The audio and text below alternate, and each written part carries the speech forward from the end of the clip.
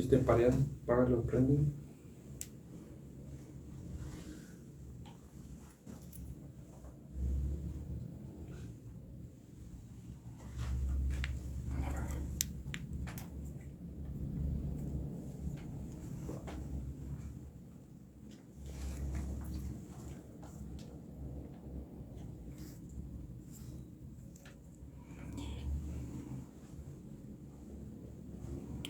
Se emparejan automáticamente, ¿verdad? Estos. Deben emparejarse. Bueno, si no con el micrófono, sí.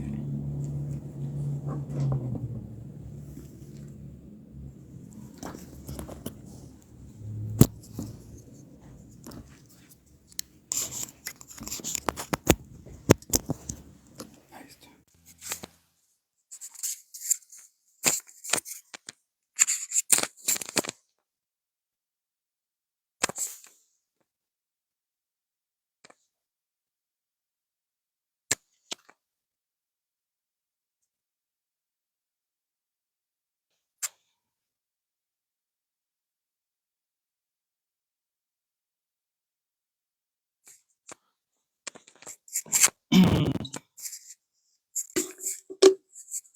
Bueno, bueno.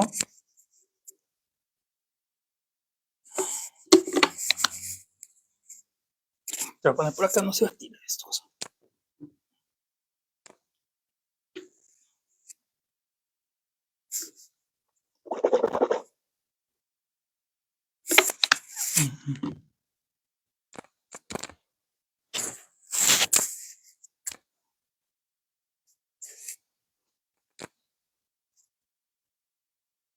¿Ya se escucha ella?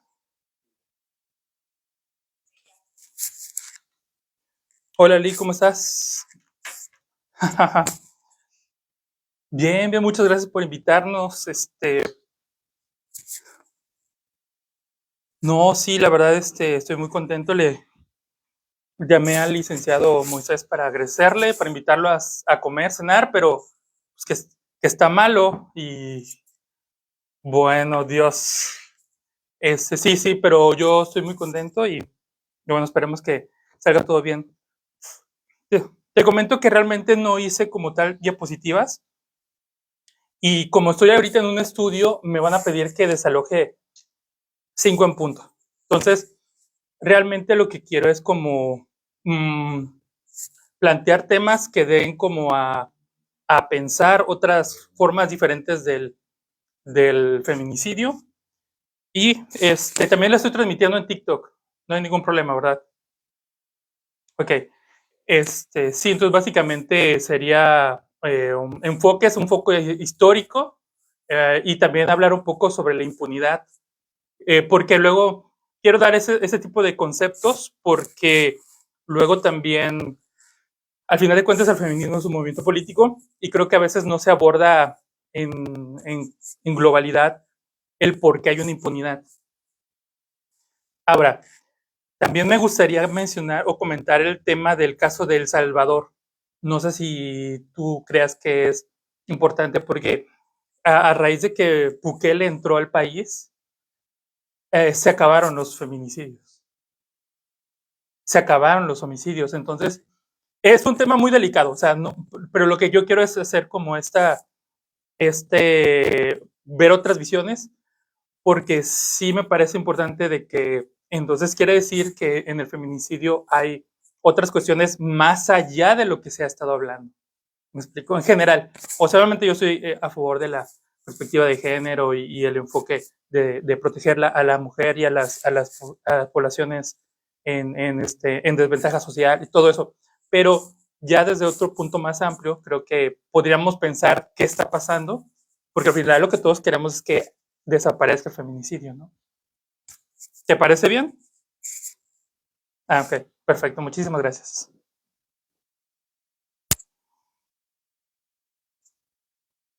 Ah, ok, perfecto.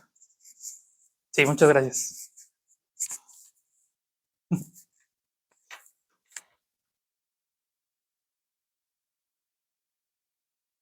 Ah, escucha muy bien.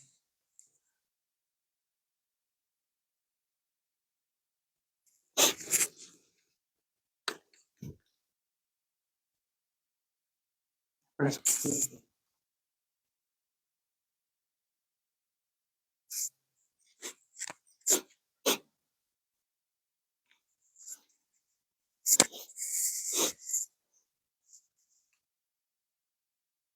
Mm.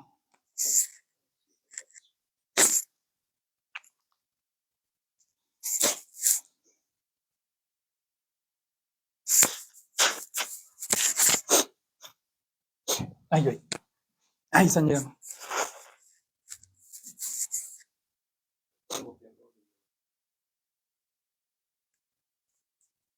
Desde aquí, po. Ay, sí.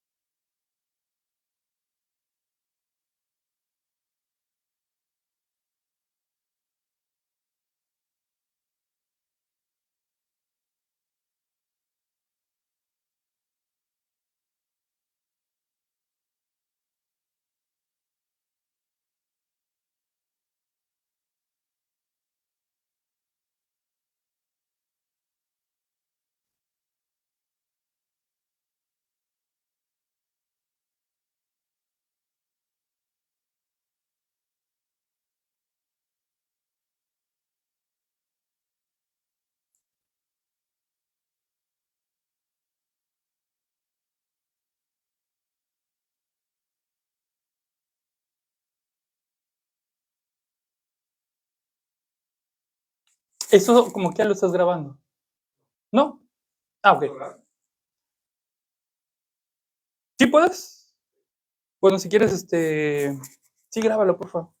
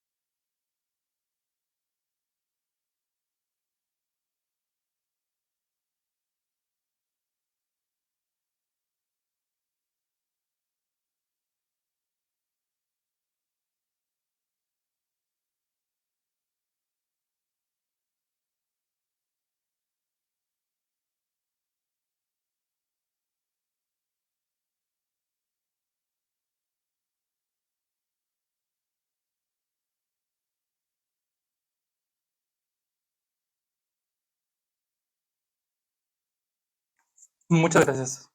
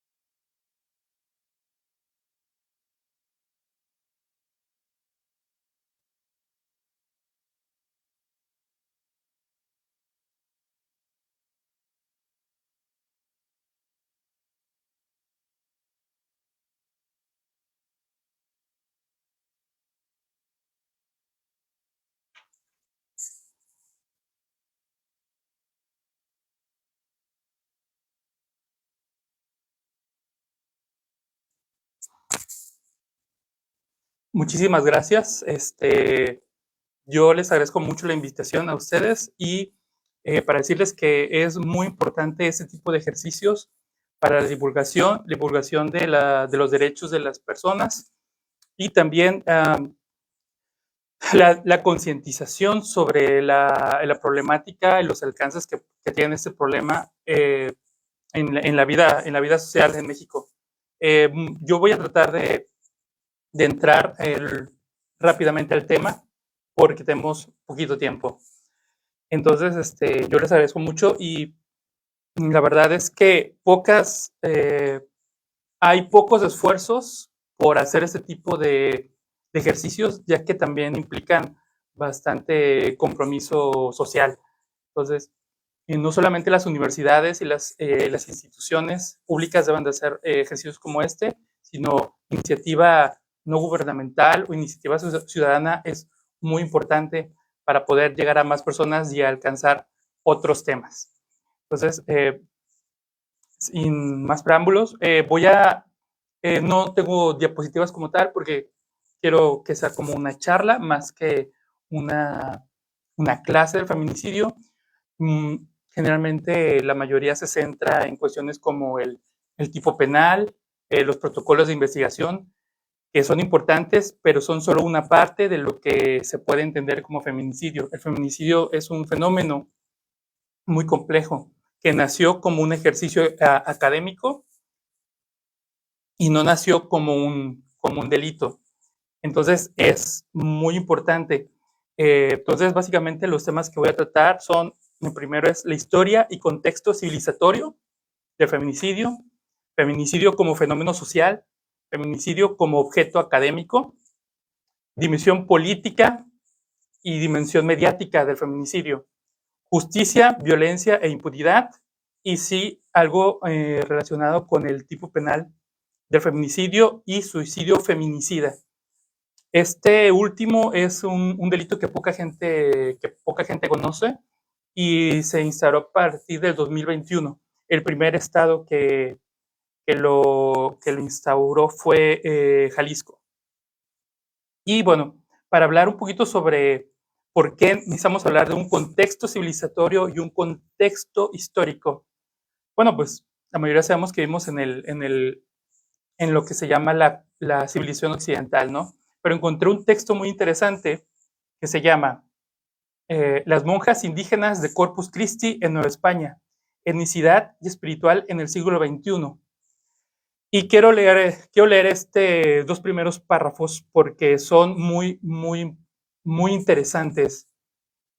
Dice, uno de los pocos escritos disponibles redactados por una monja indígena es el relato biográfico de la fundación de la Abadía de Corpus Christi en México, el primer convento de mujeres indígenas en el México colonial. El relato, el cual se atribuye al confesor de la autora, finaliza con un reporte impreciso de un evento misterioso. La escritora recuenta que el padre de una novicia española que había sido aceptada en Corpus Christi había hecho preparaciones para asesinar a las monjas indígenas que vivían ahí. Había colocado una escalera para trepar el muro del convento y la noche en que planea entrar y asesinar a las monjas, alguien lo asesinó a él en el lugar. La escritora concluye la anécdota apuntando que tanto ella como sus compañeras monjas indígenas sufrían mucho, mientras las monjas y novicias españolas vivían entre ellas. Es fascinante, es increíble este texto. Una de las cuestiones que igual ustedes saben más que yo es el concepto de la interseccionalidad acerca de las opresiones. No voy a hablar mucho de eso, pero este texto que se escribió en 1700 tiene una vigencia increíble hoy. Pero aquí también, aparte de señalar la violencia que existe contra las mujeres, estamos hablando de las mujeres indígenas. Entonces, aquí vemos una cuestión de género y de racismo, que muchas veces no se señala cuando se habla de las cifras del número o de quiénes son las víctimas del feminicidio. Algo que generalmente comete como errores en las ciencias sociales cuando se habla de fenómenos en general es hablar en general. Y creo que debemos de pasar a hablar a cuestiones más concretas para no nada más decir, no, pues es que es un número tal de víctimas al día, sino quiénes son esas víctimas y dónde viven esas víctimas. Saber si eran madres de familia, si eran trabajadoras, si eran estudiantes. Todo ese contexto es muy importante, no solamente para la investigación de un delito de esa magnitud, sino también para entender qué está pasando detrás. Ok, voy a leer otro texto, otro pedazo del mismo texto. Dice, Asunción Labrín concluye que el feo monstruo de doble cabeza de la ineptitud intelectual e incontinencia sexual que había retrasado el proceso de aceptación de los hombres indígenas en el clero, volvió a servir de argumento para obstaculizar el proceso para las mujeres. También es muy interesante. Cuando ocurrió la conquista de México y se empezó a desarrollar todo el proceso de la creación de la Nueva España, aunque tenemos esta cuestión del mestizaje como tal, no existió un mestizaje en la cuestión en la que todos los indígenas tenían las mismas condiciones que los españoles, sino que se limitaba bastante el acceso a los cargos más altos políticos y de autoridad también de la iglesia. Es algo que no se señala. Por ejemplo, el primer abogado indígena se inscribió más o menos en las mismas fechas a una escuela de leyes casi al mismo tiempo que se creaba este primer convento de Corpus Christi en España, en Nueva España. Entonces, hay una cuestión de género y de racismo siempre, por lo menos en México.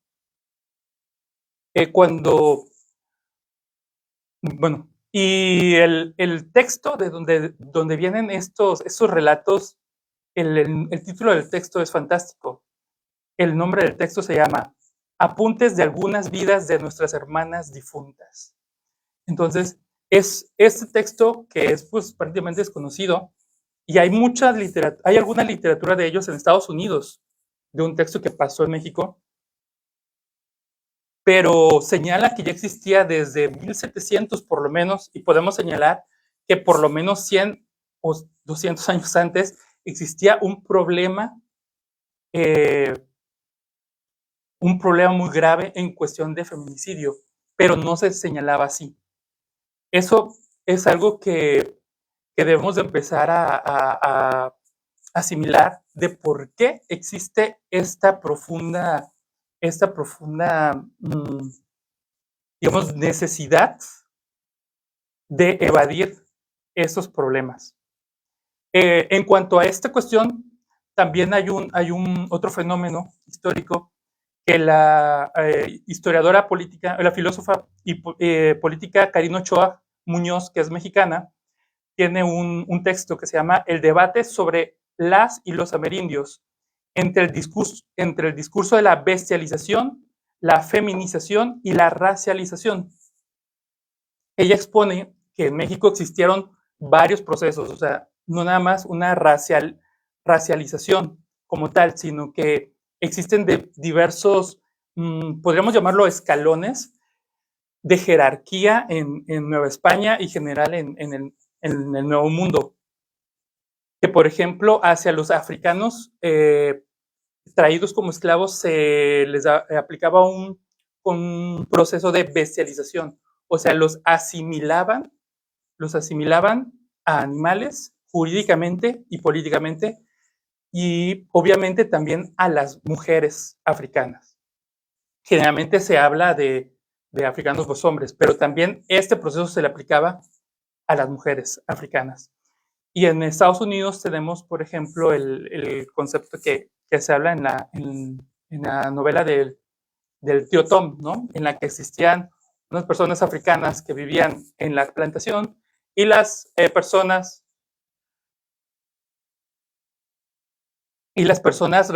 racializadas que vivían dentro de la mansión del señor, ¿no? Del dueño de las plantaciones. Pero eso también afectaba a las mujeres. Entonces, Karina Ochoa hace un análisis en el que a las poblaciones indígenas se les feminizaba. ¿Y qué significaba? Significaba que los españoles les daban el trato de mujeres o políticamente o jerárquicamente a la población indígena, pero se le daba el trato de mujeres respecto a la idea que tenían ellos de mujeres en Europa, que era una especie de tutela perpetua de mantenerlas como niñas, ¿no? En el sentido de que no tenían derecho de propiedad plena, no tenían derechos para tomar lo clásico de autoridad política. Entonces se le daba esta tutela en la que los esposos hombres tomaban tomaban toda la dimensión pública y política de las mujeres. Pero eso también se aplicaba en México a los hombres también. Esto significa que a las mujeres aún así se les aplicaba todavía más otra jerarquía inferior respecto a los hombres indígenas que existían aquí. Si bien existía una nobleza indígena, pero era muy reducida. Entonces también se habla de la infantilización indígena, que bueno, que respecto ahí se puede checar la cuestión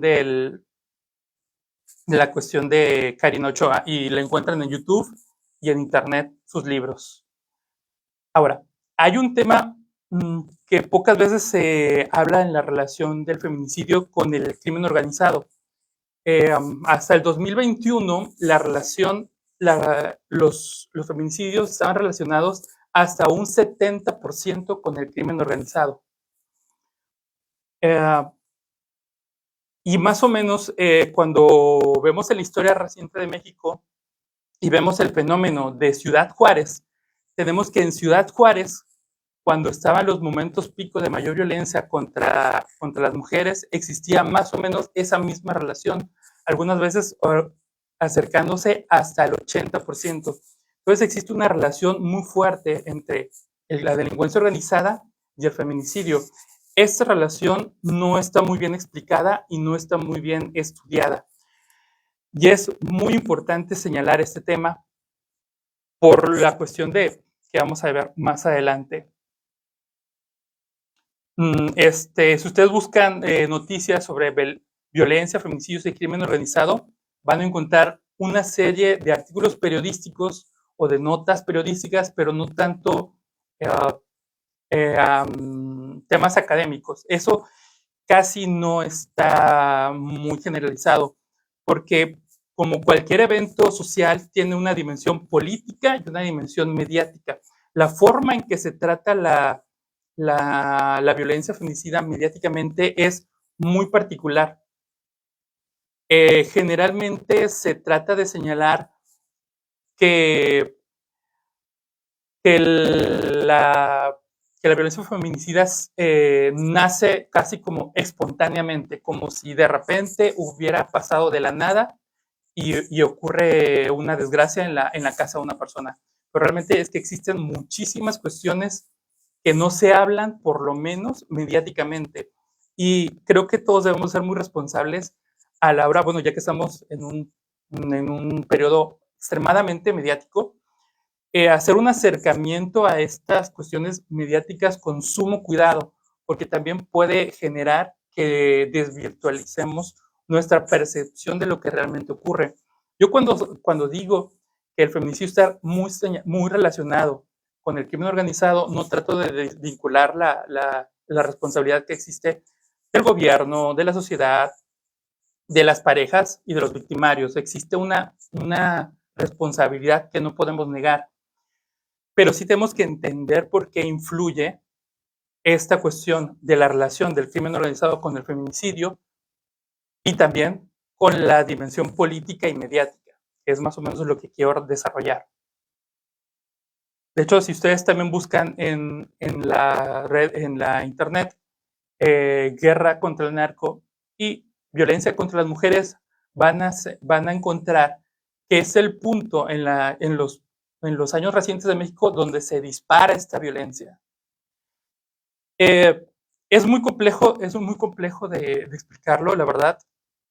Sería como una charla aparte, y creo que sí se necesita muchísimo más datos, porque realmente si ustedes, como ya muchos aquí son conocedores del tema, el delito de feminicidio tiene muchas vertientes, es una cuestión muy compleja, pero sí hay una incidencia de lo que se llama el crimen organizado en el feminicidio, también lo que se denominaba el crimen común, el crimen ordinario, y lo que se entiende en la cultura general por lo que es un feminicidio, ¿no? Lo que es una muerte por ser mujer, cosa que es muy poco exacta. Es muy poco exacta y también permite todo este tipo de trivializaciones, sobre todo en los medios, sobre lo que implica lo que es la violencia contra la mujer. Déjeme leer una noticia nada más. Por ejemplo, dice, las muertes violentas de mujeres en México iniciaron una tendencia creciente, inédita a partir del 2007, en coincidencia con el inicio de la guerra contra el narcotráfico. Durante los años 2013, 14 y 15 se logró estabilizar la incidencia de homicidios de mujeres, pero para el 2016 este crimen repuntó y alcanzó nuevos máximos históricos que ni la pandemia ha logrado frenar. Entre 10 y 11 mujeres son asesinadas cada día en México.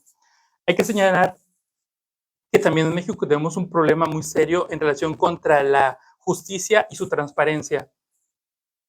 Yo me atrevo a decir que la justicia en México es secreta, porque nosotros no sabemos qué están decidiendo los jueces y tampoco estamos sabiendo qué casos están investigando o no las fiscalías. En Estados Unidos todos los casos son públicos. O sea, tú llegas a la oficina correspondiente y pagas tus copias y te entregan las copias correspondientes. Eso no sucede en México. Y eso es muy importante. Y voy a ir siguiendo elaborando esto un poquito más en relación a lo que va pegado con la impunidad. Entonces, ya les platico un poquito sobre esta relación del crimen organizado con el feminicidio, que no es menor y repito, no es una cuestión de quitar responsabilidad a los perpetradores. Pero tenemos esta relación y realmente sí estuve checando las cifras y sí es muy alta. En México, el número de casos que se tienen contabilizados entre 10 y 15, pero existe también esta secrecía de la justicia en México que realmente no proporcionan todos los datos correspondientes acerca de cuáles son los casos que están sentenciando y cómo se están emitiendo estas sentencias, que también se me hace poco fiable estos números. Yo no sé si son más altos, podrían serlo, o podrían ser los más bajos, pero estos números no se sabe exactamente de dónde se obtienen, porque cuando se inicia una investigación por un delito como el feminicidio, este, tampoco, tampoco hay mucha certeza en cómo las fiscalías están estableciendo sus estadísticas. Digo, yo trabajo en el Poder Judicial y también tenemos cuestiones estadísticas. Entonces, pero las cuestiones de las estadísticas de la Fiscalía no sabemos qué tan certeras son. Entonces, muchas de las cuestiones que nos impiden abordar el fenómeno del feminicidio es esta falta de información. Existen muy buenos estudios, pero todavía no nos acercamos a tener una cuestión más aterrizada de un fenómeno tan grande, de un país tan grande como lo es México. Aquí, por ejemplo, de hecho, tengo otra noticia de un periódico español que dice, de 800 a 1.600 al año, la Unión Europea no sabe cuántas personas han fallecido por violencia de género. ¿Por qué? ¿Por qué pasa esta cuestión? La violencia de género,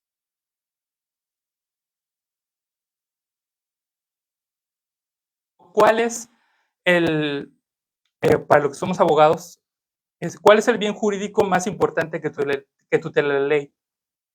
Y todos nos dijeron, pues, la vida o la libertad.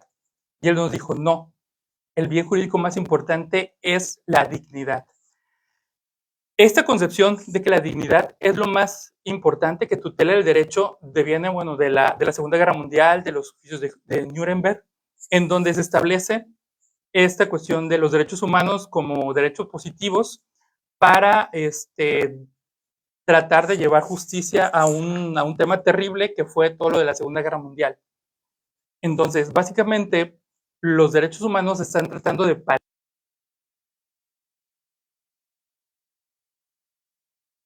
¿Por qué? Porque, por ejemplo, en las guerras siempre ha habido reglas y muy recientemente ha habido leyes. Siempre ha habido unas reglas más o menos entendidas de lo que es la guerra y no. Pero cuando viene la Segunda Guerra Mundial se establecen estas cuestiones de los derechos humanos para poder paliar un problema que también tiene una connotación política.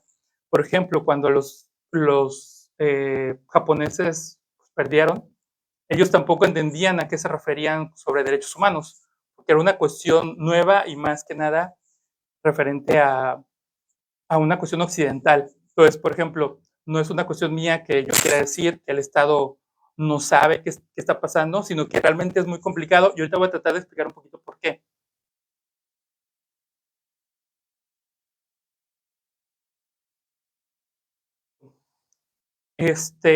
Dice, durante la pandemia se vio una disminución en el número de asesinatos, casi todos los países miembros de la Unión Europea. Lo que pensábamos es que las mujeres no se encontraban en riesgo porque tenían que quedarse encerradas en su casa con su maltratador. Eso significaba que él se sentía seguro al tener todo el poder y control en sus manos. Esa es una cuestión, es una opinión de una periodista. ¿A dónde voy un poco con esto de la crítica a la justicia? Nuestra justicia, pues en América, en Europa, está centrada en lo que podríamos llamar una justicia, a lo que llamo el principio del agravio suficiente. El agravio suficiente significa que si realmente es algo suficientemente eh, serio lo que te pasó como persona, vas a ir a un juzgado o al Estado a pedir justicia. Pero si no lo es, no lo vas a ir. Eso es un principio que no está en ningún libro de texto. Pero lo que pasa con la justicia occidental es que nunca ha tenido como base de la justicia la dignidad. O lo que nosotros también podríamos llamar como la violencia psicológica o la violencia moral. Eso nunca ha existido, por lo menos en la ley penal. Y si se trata en la ley civil, es una cuestión diferente. Cuando nosotros tomamos el modelo norteamericano, en México se tomó la Constitución americana como modelo para generar nuestra república. Esa se tomó a su vez del modelo inglés. El modelo de la Constitución inglesa, de las instituciones inglesas, sobre todo de la cuestión penal, vienen de la Edad Media, vienen del 1200. Estamos en el punto donde existe un aumento en la cuestión de la caza de brujas, que es un tema que, bueno, no vamos a tomar ni nada, pero cuando se establece la cuestión de la justicia en Inglaterra, se firma una carta entre 60 personas. O sea, son 60 personas las que emiten una carta que van a ser las garantías que se conocen en la Carta Magna. Entonces, imagínate que estamos basando todo un sistema de justicia en una carta que diseñaron algunas personas con precedentes históricos, pero la firmaron las 60 personas más poderosas de Inglaterra. En ese momento Inglaterra tenía unos 2 millones de habitantes, quizá. Entonces, cuando se genera esta cuestión de la Carta Magna, se establece una protección política para las personas poderosas. Entonces, esta cuestión lo establecen ahí hasta cuando establecen la institución del jurado. Ellos dicen que vas a ser, tienes derecho a un jurado de tus pares, por ejemplo. Entonces, cuando entendemos esta cuestión de los pares y estamos señalando que los que firmaron la Carta Magna pues eran los hombres poderosos de Inglaterra en un momento histórico en el que están incrementándose, están implementando lo que se llama la cacería de brujas en Europa, ellos generan un sistema para protegerse. El sistema penal del que nosotros somos parte está diseñado para proteger a los políticos. ¿A qué me refiero?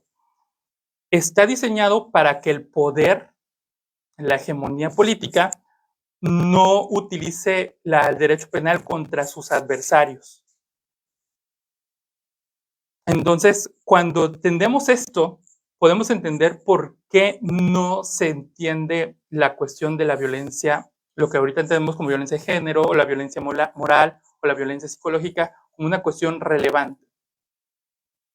Porque lo que quiere el derecho penal, con algunos otros alcances, es tener una estabilidad política al modelo estatal o de hegemonía que exista.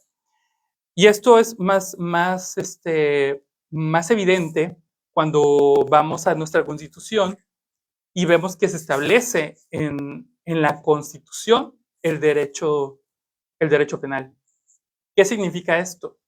¿Por qué el derecho penal es constitucional y el derecho civil no? Porque el derecho civil está enfocado a otras cuestiones comerciales o de propiedad que muy poco tienen que ver con la política. Pero el derecho penal sí. El derecho penal, antes que nada, es un derecho, es una ley, una cuestión política. No se puede entender de otra manera. De hecho, por eso uno de los puntos más importantes que tiene el derecho penal es la declaración, o sea, del imputado. En todo derecho penal occidental es uno de los derechos fundamentales. Es si tienes derecho a declarar, pero también tienes derecho a guardar silencio.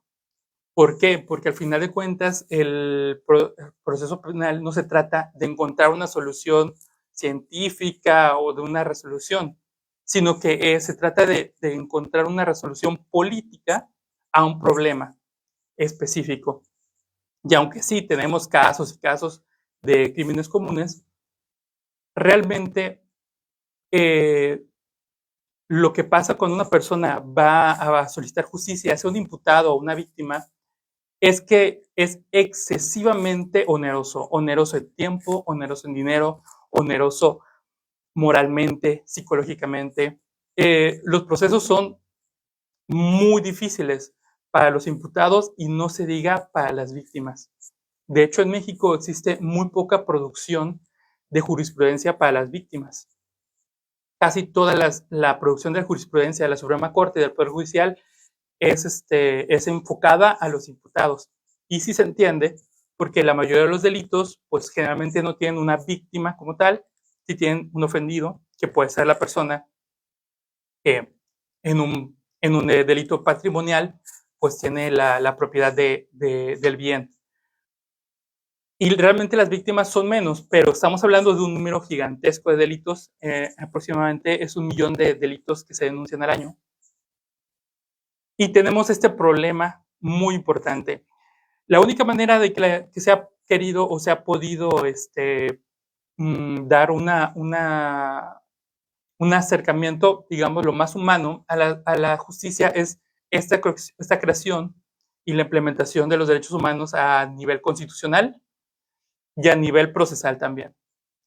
Los derechos humanos tienen, ya están escritos en nuestra Constitución y en nuestras leyes también. Entonces, al final de cuentas, muchas personas, ¿podemos hacer una crítica a los derechos humanos? Sí, pero realmente es que, como dicen por ahí, si no existieran, habría que inventarlos. Pero yo les digo, yo tengo experiencia en casos de violencia, bueno, digamos, violencia de género. Yo he obtenido unas sentencias aquí en Nuevo León antes de entrar a trabajar a donde yo trabajaba. Y les digo que sí es muy complicado. una de las cosas que yo he aprendido con mi experiencia es que si tú no tienes, o si no estás, por así decirlo, al pendiente de la, de la cuestión psicológica, de la salud psicológica, emocional de la persona que tú estás acompañando, muy probablemente tu caso se va a caer. ¿Por qué? Porque empiezan muchos procesos psicológicos que cuando empiezas a tener muchos casos con víctimas, los empiezas a entender, empiezas a ver que es muy complicado.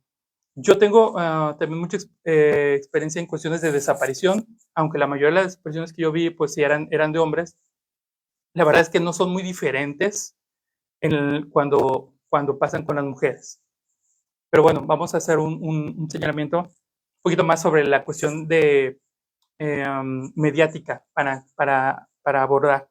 Cuando vino el caso de Devani, de hecho yo tengo un video ahí, que a lo mejor, y bueno, puede que no les guste, yo tengo una teoría, pero cuando investigas desapariciones o tienes un caso, no puedes afirmar nada y mucha gente se queda con una cuestión, pues como de sentido común, que dice, bueno, es que encontramos esta tapa de celular y esa tapa de celular significa algo.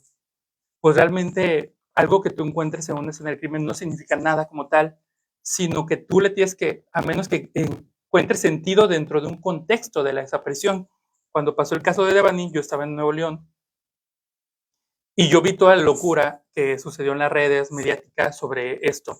No me refiero a locura a que la gente no deba de pedir justicia, es importante, pero empezó a ocurrir un fenómeno en que la gente arrojaba teorías y teorías y teorías hasta el punto de que hoy no se tiene una idea clara ni mediáticamente de lo que ocurrió. Para mí en ese caso, por ejemplo, hubo 3 desapariciones de Devani, que fue la desaparición mediática, la que ocurrió, la desaparición que está en la carpeta de investigación y la real. Y como sí he tenido casos, experiencias de este tipo de casos, sí les digo que realmente cuando un caso se mediatiza tan irresponsablemente, realmente llega a no resolverse nunca. Casi todos los casos mediáticos que llegan a este nivel de mediatización, como el de Devani, pocas veces encuentran una resolución satisfactoria. Y hay que señalar que luego se nos olvida o no tenemos el conocimiento de que uno de los derechos más importantes que tenemos es el derecho a la verdad. El derecho a la verdad es uno de los derechos más bonitos que tenemos, que está en la ley de víctimas particularmente. También es muy importante, si ustedes están acompañando casos de desaparición, abuso, en este caso feminicidio, es muy importante la ley de víctimas. La ley de víctimas, es más, contiene cuestiones procesales que no están en el Código Nacional. Es muy importante, es muy bonita la ley de víctimas. Yo me he enfrentado a cosas muy, muy particulares. Bueno, voy a salirme un poquito del tema. En la cuestión de la reparación del daño. Me ha tocado que voy a audiencias y los jueces empiezan a negociar la reparación del daño con los imputados, con la defensa. Eso es terrible. Es de las cosas más terribles que existe. O sea, ¿cómo va a negociar el juez la reparación del daño con el imputado? Eso no tiene sentido. Entonces, sí es muy importante la cuestión de los derechos humanos, sí es muy, muy importante aprenderse la ley de víctimas para litigar en materia penal. Y es muy importante estar muy atento a este tipo de cosas, porque volviendo a lo mediático, cuando una persona, o ahora en TikTok, digo yo soy en TikTok también, sale a decir información errónea, información que es nada más para una cuestión mediática, hace mucho daño a las víctimas, en las que pueden llegar a sentirse sin ayuda, pueden llegar a sentirse sin salida para sus problemas. Entonces, las víctimas, las personas que quieran ejercer sus derechos deben de saber que existen opciones. ¿Que puedes pagar un abogado particular? Pues sí, lo puedes pagar. ¿Que te va a costar dinero? Sí. ¿Puedes ir con un abogado de oficio? Sí, sí te puedo ayudar, pero sí es importante que haya un acompañamiento, bueno, psicológicamente, de contención emocional, eso es fundamental, pero también estar haciendo conciencia de que muy probablemente va a ser complicado y va a ser difícil, pero eso no quiere decir que no sea importante. Yo, como lo leyó mi reseña muy amablemente hace rato, yo también tuve casos de refugio, de solicitud de refugio en México. Entonces, me tocaban historias, fue donde la primera vez donde tuve contacto con lo que es los derechos humanos. Y esta experiencia que me dio a mí tomar los casos de refugio, es que tú veías la cantidad enorme de cosas diferentes que le pasan a las víctimas, porque al final, aunque es un proceso administrativo, el refugio tiene un enfoque de derechos humanos. Y todo lo que atravesaban, que la mayoría, es increíble la cantidad de personas que solicitan el refugio por cuestiones de género, que así lo establece la ley, que también por cuestiones de género puede solicitar refugio en México, se los niegan. Eso también es muy importante. Entonces, haciendo un poquito, porque ya vamos 40 minutos, haciendo un poquito ya más rápido esto, hay que entender que para mí, ¿ok? Yo soy abierto a cualquier comentario, tiene una dimensión enfocada en el crimen organizado y por eso muchas veces se da en los medios una imagen diferente de lo que es este fenómeno. Obviamente sí existen y van a seguir existiendo parejas que usen su fuerza en contra de sus parejas en una cuestión de género. Tenemos el caso ahorita del magistrade, que es increíble, ¿no? Yo la verdad, fue un caso impresionante, ni siquiera sé qué decir, pero aunque hay una declaración que dio la fiscalía, aún así es violencia de género. Y tenemos también el tratamiento mediático, de nuevo, del gobierno, ¿no?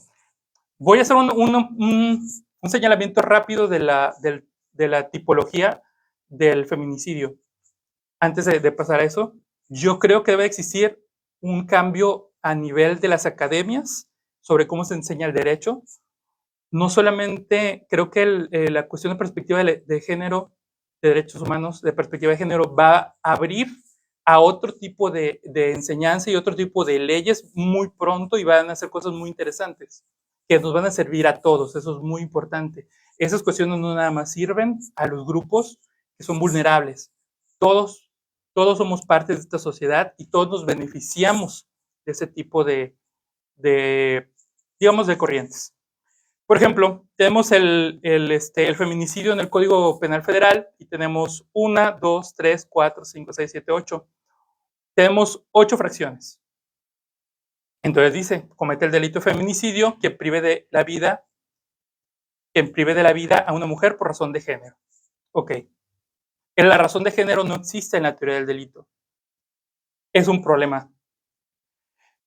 Entonces, si tú empiezas a analizar estas fracciones del Código Penal Federal, te das cuenta que cuando sabemos nosotros, más yo que viví en Tamaulipas, qué es lo que pasa cuando el crimen organizado se deshace del cuerpo de las personas.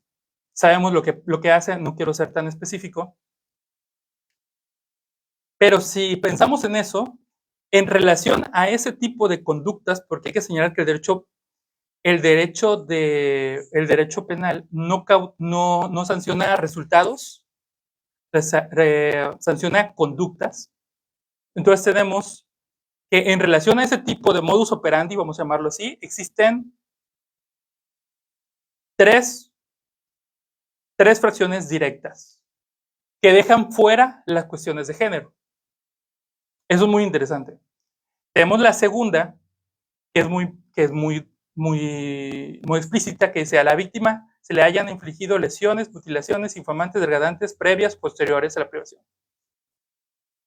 Eso es muy interesante. Y las otras fracciones sí hablan de las violencias en los ámbitos familiar, laboral, comunitario, La quinta dice que exista un parentesco y que sí hubo amenazas directas o indirectas. Eso podemos relacionarlo con el delito de violencia familiar. El delito de violencia familiar es muy importante para entender el feminicidio. En el Código Penal de Sonora, creo que tiene un apartado más muy interesante, está muy, muy interesante. En la fracción octava del artículo correspondiente dice, esa es muy bonita, bueno, digámoslo así, dice, quien se aprovecha del estado de indefensión, falta de apoyo de una mujer que se encuentre sola, ya sea por la dificultad de comunicación para recibir auxilio, por razón de la distancia, un lugar habitado o porque exista algún impedimento físico o material para solicitar el auxilio. Eso es muy importante. Yo creo que no se ha diseñado también una de las fracciones como esta, porque, por ejemplo, si una mujer va sola, en el caso de Devani, fíjate, y esta mujer, bueno, si no se le prestó el apoyo, puede incurrir en una responsabilidad de feminicidio el mismo taxista que fue el que le dio el que la dejó ahí en la carretera. Eso es muy interesante. Una mujer, una chica que sale y toma un Uber, está protegido por esta fracción. Eso es muy interesante. No se conoce. No se conoce. Yo nunca la había leído, pero está muy interesante. Entonces tienen otra fracción que dice, sea cometido por persona que tenga el deber de cuidado sobre la víctima. Eso sí está en algunos otros códigos. Y lo que no he encontrado en todos los códigos es que el activo haya obligado a la víctima a ejercer la prostitución. Es muy interesante. Y ya creo que ya no me da tiempo de hablar de los transfeminicidios, que es una cuestión mucho más compleja, y tampoco del suicidio feminicida, que es una de las cuestiones más terribles que existen. Nada más para terminar, que no sé si se entendió o se pude decirlo claramente, la justicia en México es muy compleja, pero no nada más aquí, México en todo el continente, y es muy difícil encontrar resultados rápidos, óptimos y baratos, porque también la justicia debería ser barata. Entonces creo que podemos tener unas preguntas y se los agradezco mucho.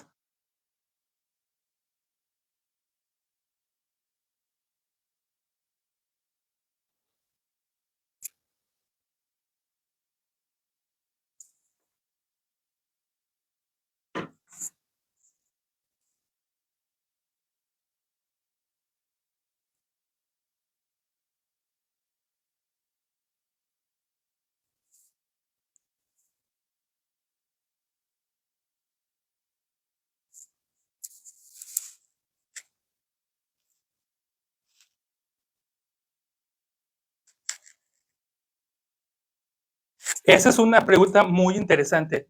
Por eso yo pienso que igual no me gusta la cuestión de género, porque realmente también es usado políticamente para dañar esta cuestión del movimiento feminista.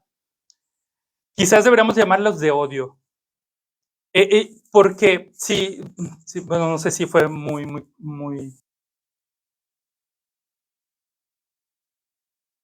del género, y la cuestión del género también encierra, o sea, este fenómeno en unas ciertas categorías. Sí, o sea, para mí no hay problema que se use el lenguaje que se tenga.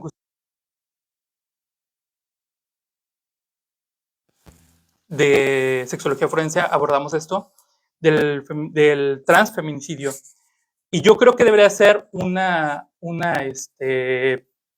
un delito aparte, pero realmente estos delitos, por lo menos académicamente, se van a estudiar juntos, al final de cuentas. Se tiene que hacer un contraste entre las diferencias que existen, pero ya viendo el caso del magistrado, yo creo que debería ser delitos distintos, pero realmente igual, y las penas van a ser parecidas, igual, y los delitos van a tener características muy similares, pero la cuestión de señalarlo como una cuestión diferente, pues tiene un alcance político, un alcance social, que podría ser benéfico.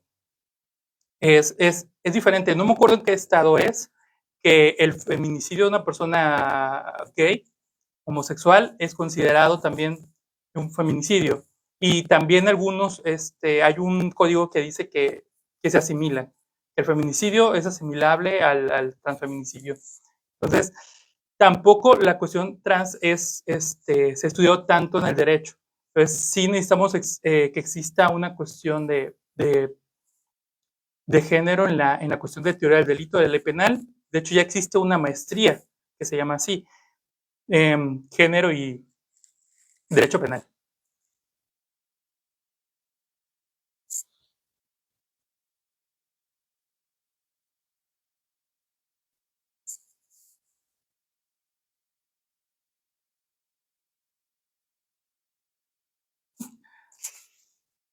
Sí, que no tengan miedo. Yo sé que es que fue muy poquito tiempo, pero yo les agradezco. Yo creo que es muy importante la divergencia de opiniones, siempre, incluso las opiniones que no van con lo que tú piensas, porque de ahí es donde tenemos otras perspectivas.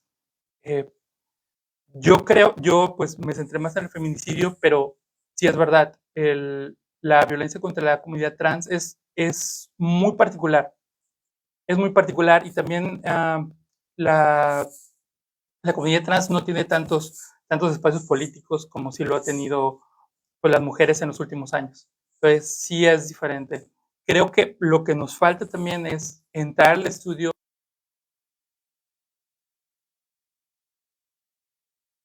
las, porque surgen esos problemas y no hay soluciones. O sea, realmente no hay una solución mágica y no la tenemos. O sea, realmente no la tenemos que inventar y eso es algo bueno, a cierta manera, porque pues nos invita a todos, a los que crean en hacer algo diferente, en hacer las propuestas.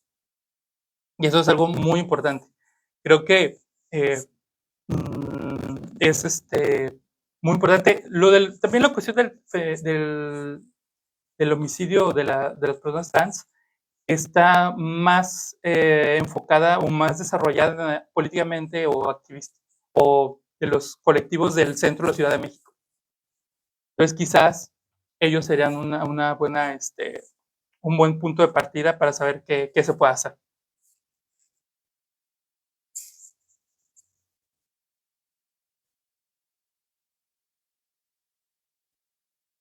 Sí, generalmente cuando son muy malas o muy buenas, las conferencias no se hacen preguntas. Entonces, no sé.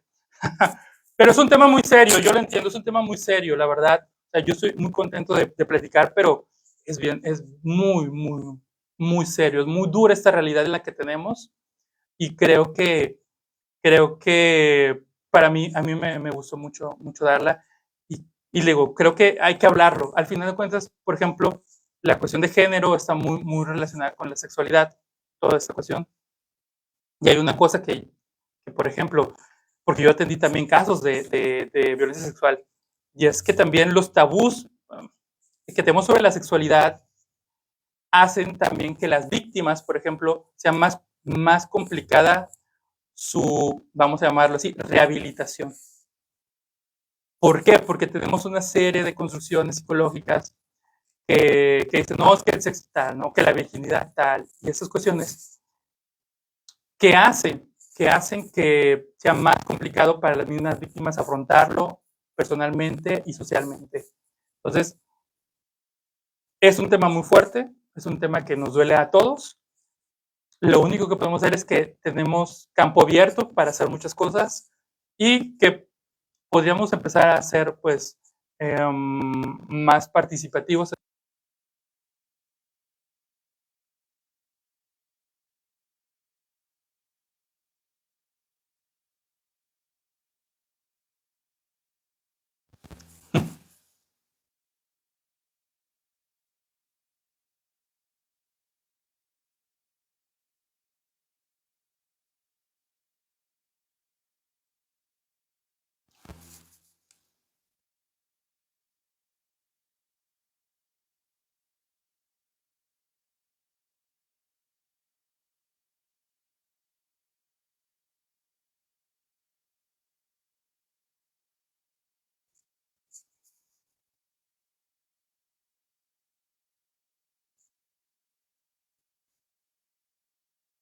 Mm.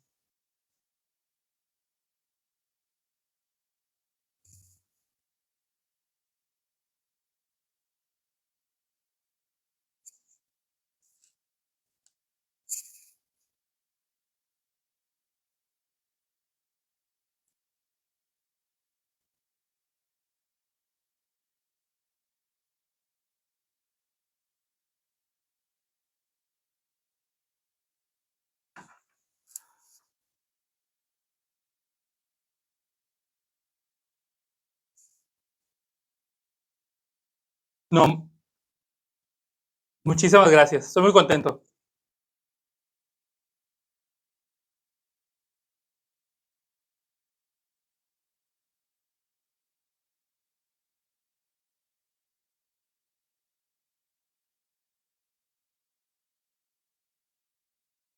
Muchas gracias.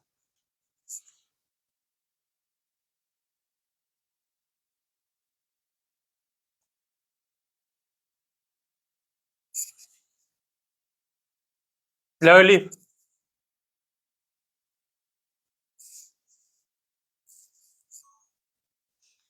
Dios.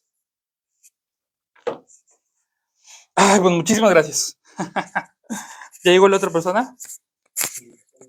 Ok.